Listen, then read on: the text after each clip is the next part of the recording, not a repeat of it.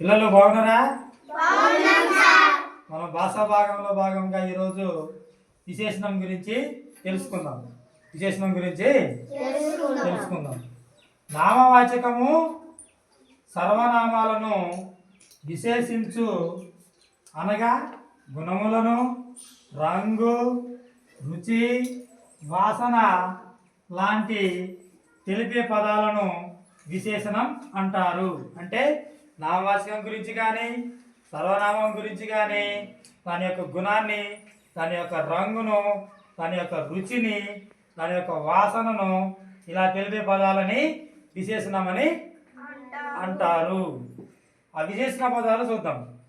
మంచి అంటే ఒక మంచి, రెండు చెడు. ఒక మనిషి మంచి ఆయన, చెడ్డ ఆయన గురించి తెలుపుతుంది. తెలుపు, ఎరుపు అంటే రంగుల గురించి తెలుపుతుంది.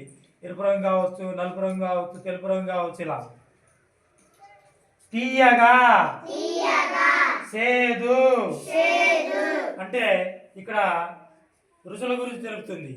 తీయగా, సేదుగా, ఉప్పగా, సప్పగా. ఓకే. సువాసన, దుర్వాసన.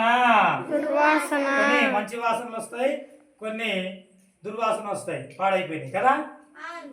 పొడవు, పొట్టిగా. కొన్ని చెట్లు పొడవుగా ఉంటాయి, కొన్ని చెట్లు పొట్టిగా ఉంటాయి. కొంతమంది పొడవుగా ఉంటారు, కొంతమంది పొట్టిగా ఉంటారు. అందంగా. ఇవి అన్ని కూడా విశేషణ పదాలు. విశేషణం అంటే ఏంటో మనం ఒకసారి చూద్దాం. చెప్పండి. నామవాచకము సర్వనామాలను విశేషించు అనగా గుణములను, రంగు, రుచి, వాసన లాంటివి తెలిపే పదాలను విశేషణం అంటారు. గుర్తుంటుందా?